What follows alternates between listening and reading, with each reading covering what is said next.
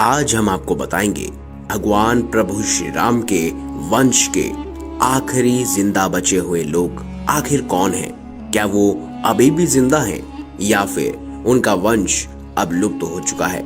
आज की इस खास वीडियो में आपको यही जानने को मिलेगा। दोस्तों, भरत के दो पुत्र थे, तार्श और पुष्कर। लक्ष्मण के पुत्र चित्रागत और चंद्रकेतु और शत्रुघ्न के पुत्र सुबाहु और शूरसेन थे। मथुरा का नाम पहले शूरसेन था। लव और कुश राम तथा सीता जी के जुड़वा बेटे थे। जब राम जी ने वानप्रस्थ लेने का निश्चय कर भरत का राज्याभिषेक करना चाहा तो भरत नहीं माने। दक्षिण कौशल प्रदेश में कुश और उत्तर कौशल में लव का अभिषेक किया गया। राम ने कुश को दक्षिण कौशल और कुशस्थली और अयोध्या राज्य सौंपा तो लव को पंजाब दिया। लव ने लाहौर को अपनी राजधानी बनाया।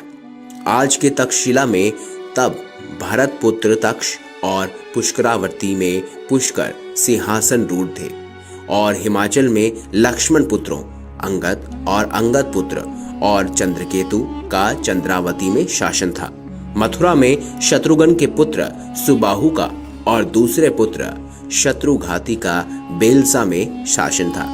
राम के काल में भी कौशल राज्य उत्तर कौशल और दक्षिण कौशल में विभाजित था। कालिदास के रघुवंश अनुसार राम ने अपने पुत्र लव को शरावती का और कुश को कुशावती का राज्य दिया था।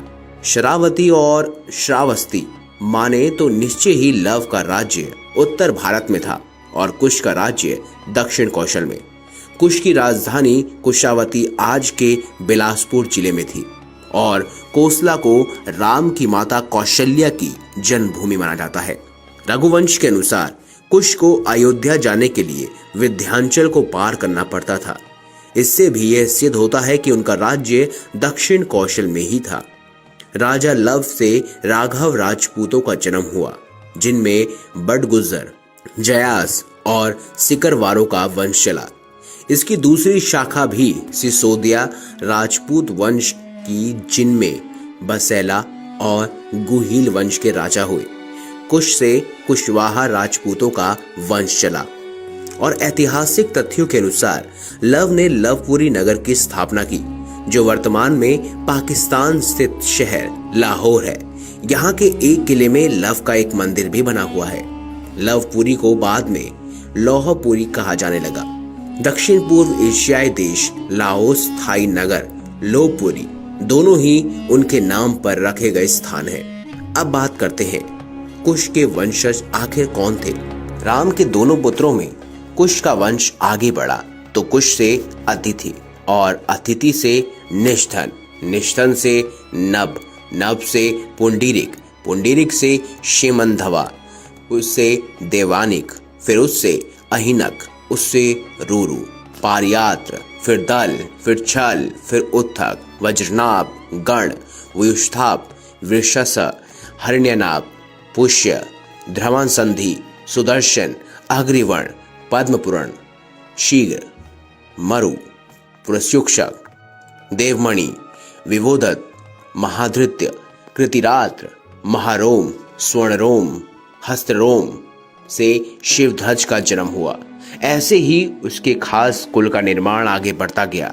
कुलवंश के राजा शिरध्वज को सीता नाम की एक पुत्री हुई और सूर्यवंश इसके आगे भी बढ़ा, जिसमें कृति नामक राजा का पुत्र जनक हुआ, जिसने योग मार्ग का रास्ता अपनाया था।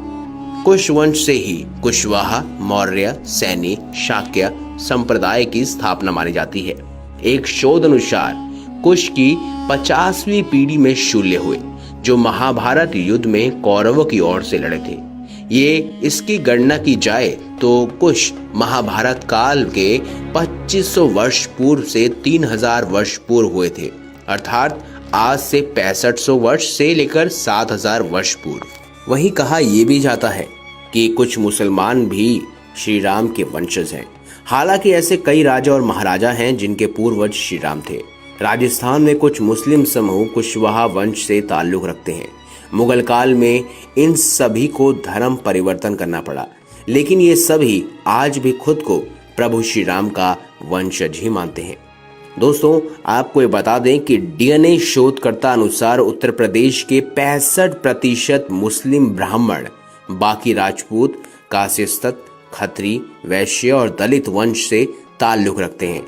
और लखनऊ में SGPGI के वैज्ञानिकों ने फ्लोरिडा और स्पेन के वैज्ञानिकों के साथ मिलकर किए गए आनुवांशिक शोध के आधार पर यह निश्चय निकाला है कि बहुत सारे मुस्लिम यदुवंशी माने जाते हैं जो कि श्री राम के वंशज हैं और वह उत्तर प्रदेश में रहते हैं।